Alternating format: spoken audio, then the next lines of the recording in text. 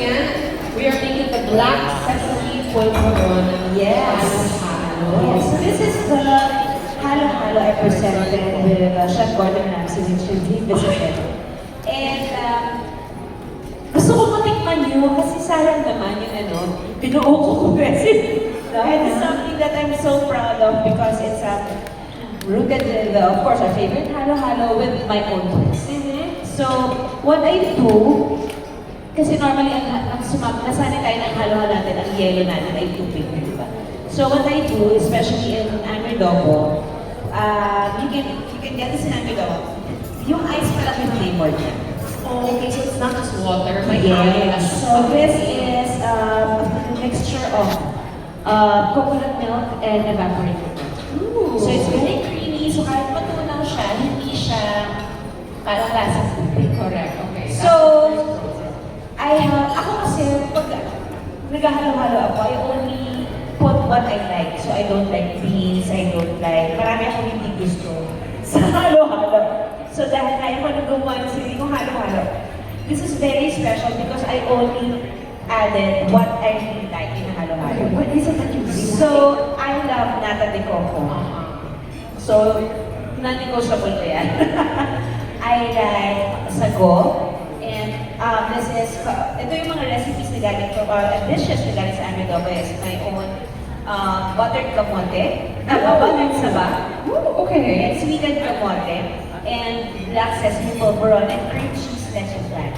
Wow, parang sobrang level up ng mga ingredients natin, kaya alam pala siya So, nag-viral. inandaran ko talaga si Gordon Ramsay. Pero, I'm happy na ang nanalo ay estudyante. Kasi deserve nila yung boost na yun. So gracious. I love that. And this is cheese because I like the mixture of sweet and savory. Sweet, salty, the Yes! Oh, yes, So, I love yun that. yung talagang, hindi kasi ako may sa matamis, but when I have my dessert, I make it a point that it has that salty element. Para hindi na tayo maumay, we can have more. So, isuot mo na lang itong ating hair. We gotta put all the effort to share professional like that, okay? Chef Juday in the house. Alright, we're gonna use the Showa eye shaver, of course, to do this one. Okay, so we went through a... Ayun, may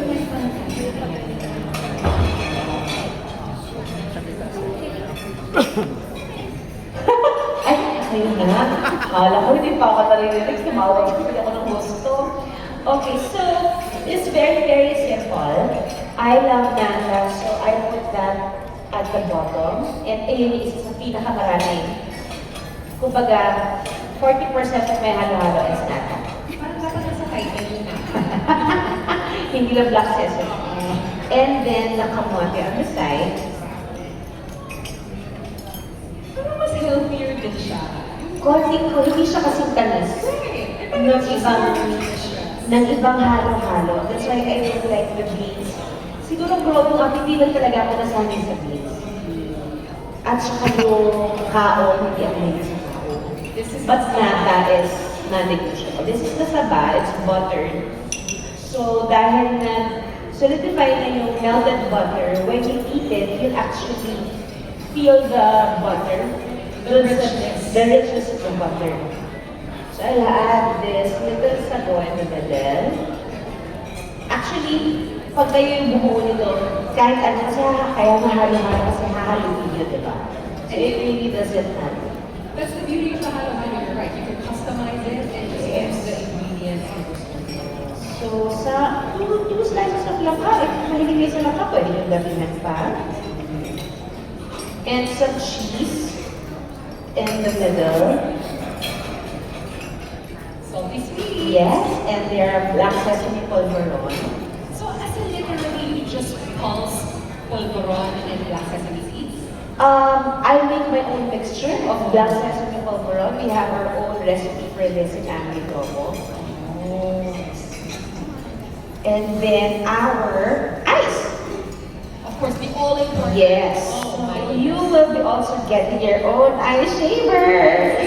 Yay! Diba?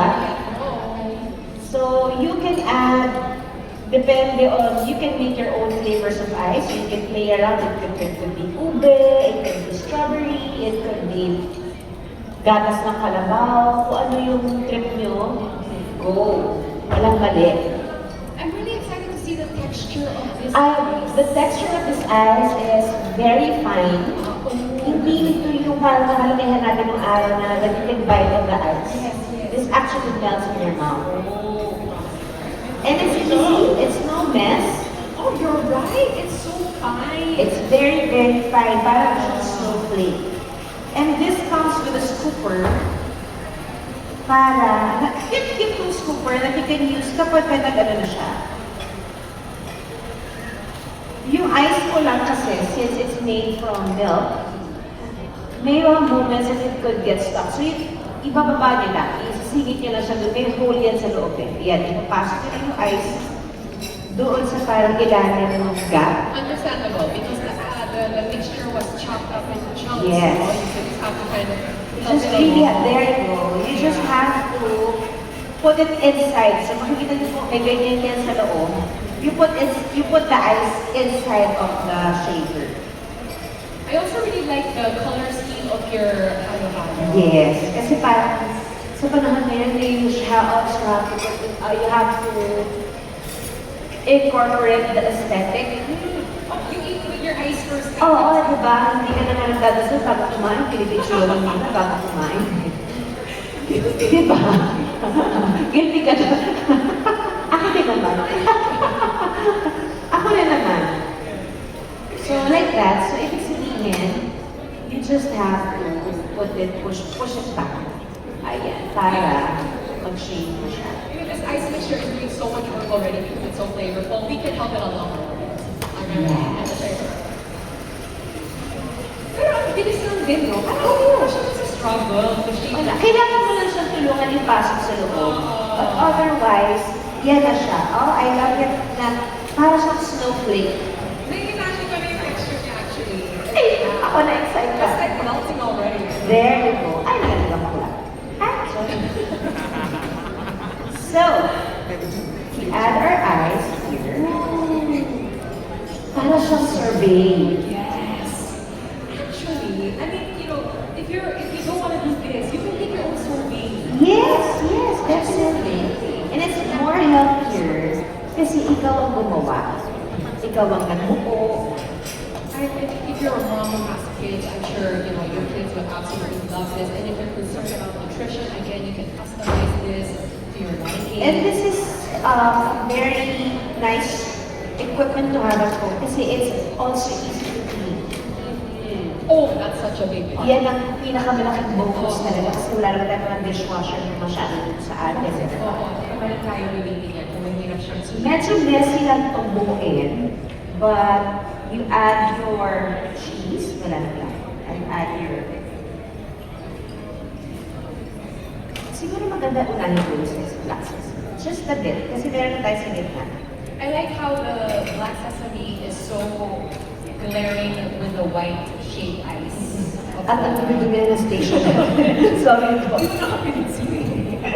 Hindi ko maiwasan. And some cheese at top. Malinis po ang kamay ko. And of course, this is your cream cheese flat. Cheese flan. Yes. Yes. This is a recipe that I created when I cooked for the nuns in the Vatican. The Vatican, like the Vatican. The Vatican. Whoa! And nagkataon lang that I was able to cook for some nuns there in their dormitory. And ito yung recipe na naisip kong gawin sa kanila. So I added this also in Anguitorio. Let me guess, they said, Juday, this is so simple. Yeah! Napatawa ko lang ako agad. There you go. So this is your black sesame polvoron halo-halo.